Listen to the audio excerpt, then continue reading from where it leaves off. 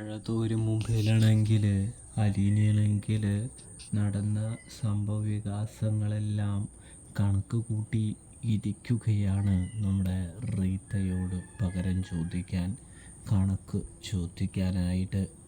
ഇതിനിടയിൽ അലീനയെ മനു വിളിക്കുന്നുണ്ട് എന്ന് കാണാൻ കഴിയും.